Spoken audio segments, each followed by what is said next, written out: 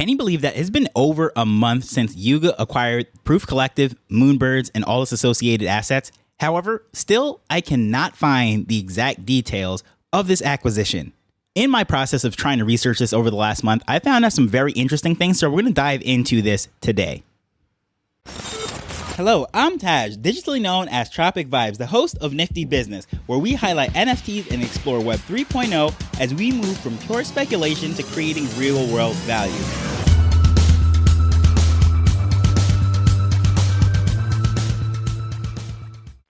So as we're getting ready to dive into this particular episode and speaking about all these different things with Moonbirds, Proof Collective, and what's happening over at Yuga, as far as researching this, trying to find exact articles and finding more information, other than people who are giving me personal information as to what's happening behind the scenes, I cannot find any public information whatsoever. Because of that, I wasn't privy to any specific numbers. However, I have some general information as to how things worked out. But for the information that I do know, it is very interesting. So let's get to that right now. So it was one of the biggest shocks over a month ago when Yuga acquired Proof Collective. Now, if you've been listening to the podcast, the episode 554, I did a whole episode about Kevin Rose on his experience since launching Proof. Of course, that was the smaller collection of 1,000 memberships, and they had art and lots of influential people that were in there.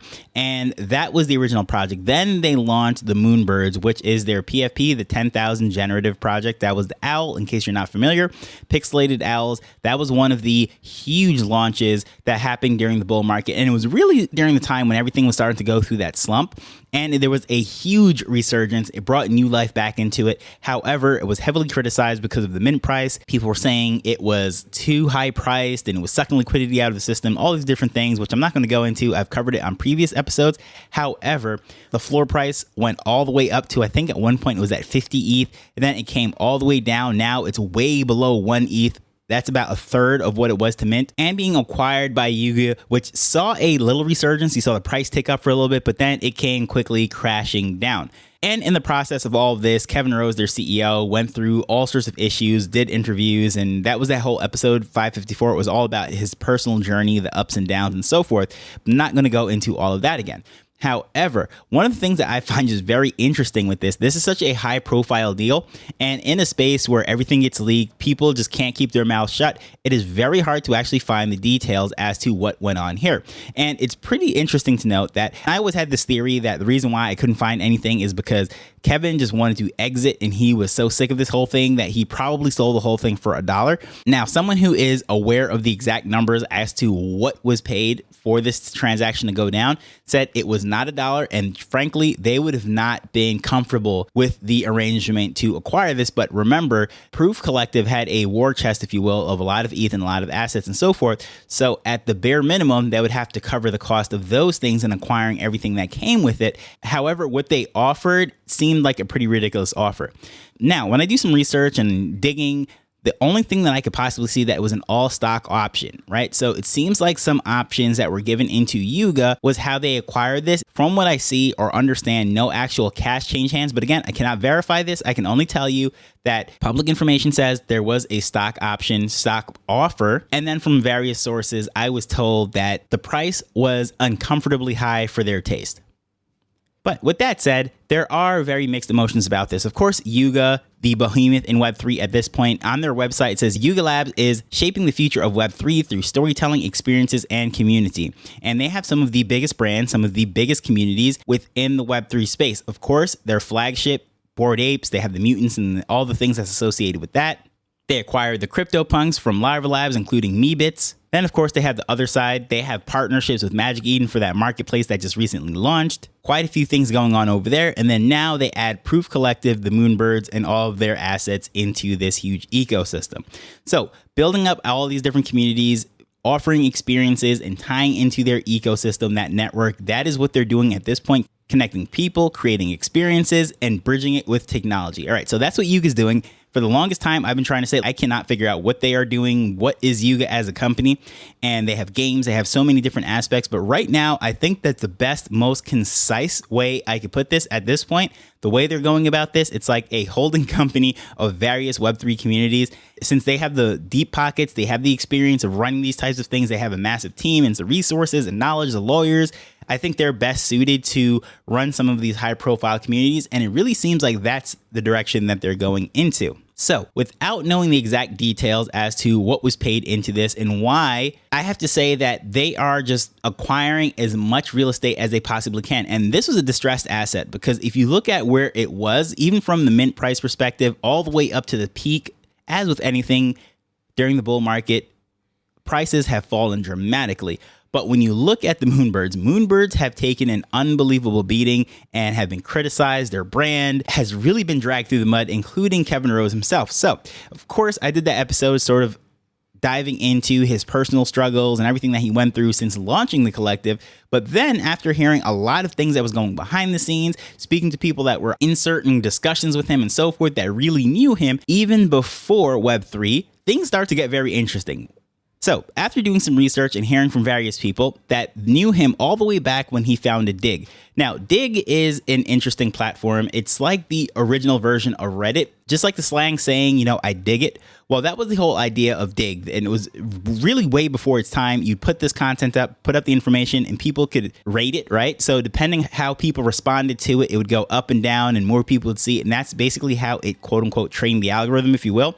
It's the more it was favorably viewed by the community, the more it was showed to others. Now, today, this is something that we just take for granted because it's pretty much everywhere. We have platforms such as Reddit, which is basically what Dig was. You have the Hive blockchain, which has multiple dApps running on that technology, which allows people to upvote and downvote, and basically it's the same thing. And then, of course, we have the big social media such as the Facebooks, the Twitters, and whatever that we know how they work. The algorithm is doing that. But this one had a visible way of basically up and down voting something. And then based on the response of the people, that's how it took off. And a lot of these things that came after it was modeled on what they built. Now, Kevin Rose is one of the co-founders of that. And at one point, they were in discussions of selling to Google for $200 million, but it all fell apart. Don't exactly know what happened behind the scenes, but a lot of people point fingers on Kevin, saying that basically the way he was managing, the direction in which he was building and taking the team, the way that he operated and carried himself during the negotiations, it might have possibly really affected that deal. And after Google did their due diligence and research, they decided to pull out of it.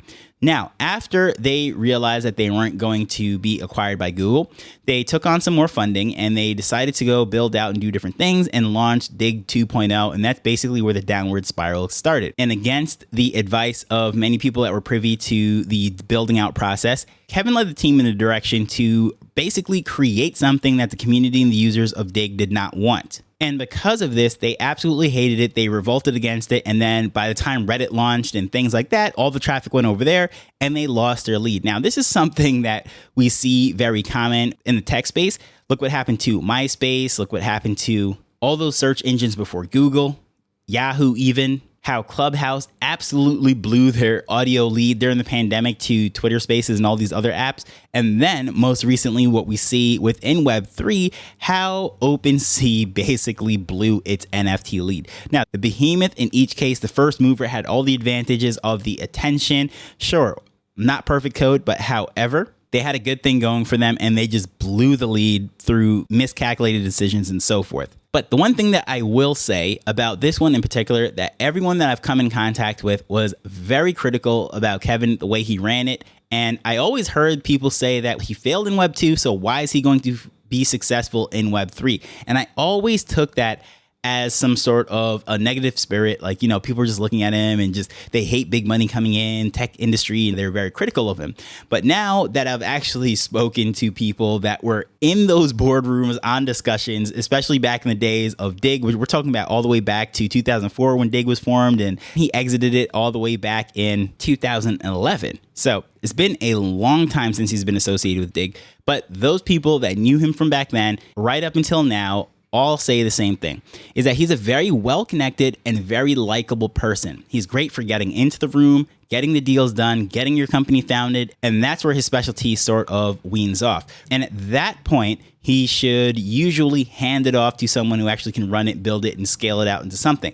So multiple people have described him as a master at getting in the room and starting the conversation. However, when it comes to running and building out the thing and seeing the vision through, that's where he sort of falls down. Now, nothing wrong with that. There's different people with different strengths, and that's why it's important to have these wonderful teams and so forth.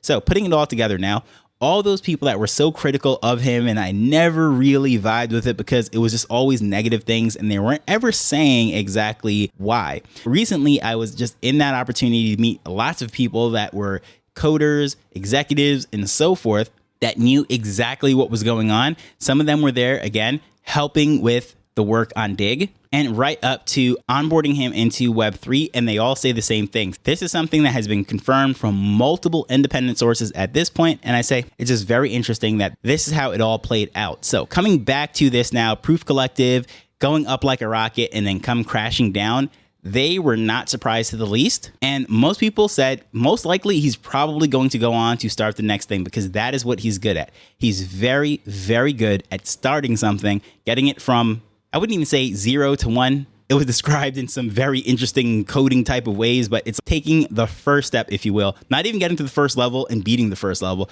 but just taking that first step, getting the ball rolling. That's basically the consensus out there. So either way, Yuga came in at the time when this community was on the brink of collapse. Of course, their founder is having health issues and all these different things. So it was a pivotal time in that Yuga came in. They were able to rescue them and acquire a distressed asset and add to their portfolio of Web3 brands and communities. And regardless of what was paid, I know that they got it for a lot less than what this would have possibly gone for on the open market, let's say 18 months ago. So regardless of how you feel about this, I think it's just very interesting that Yuga is now in the business of acquiring all of these different brands and trying to make a collection of experiences, if you will. So we should see where that goes.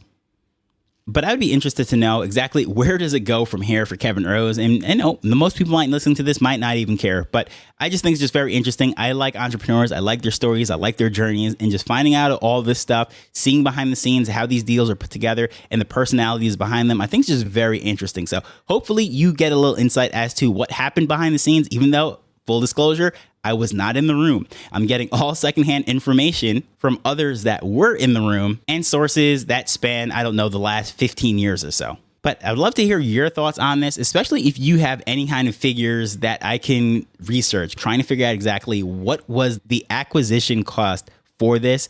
I would love to figure that one out. So please feel free to DM me at Tropic Vibes on Twitter, or contacting me using the information in the show notes. But as usual, I just want to thank you for listening to this as we're exploring and building Web3 together. So until next time, later. The Nifty Business Arrow is not investment advice. It provides insights and information within the space. As with anything, please do your own research before making a decision whether you're making an investment or a purchase.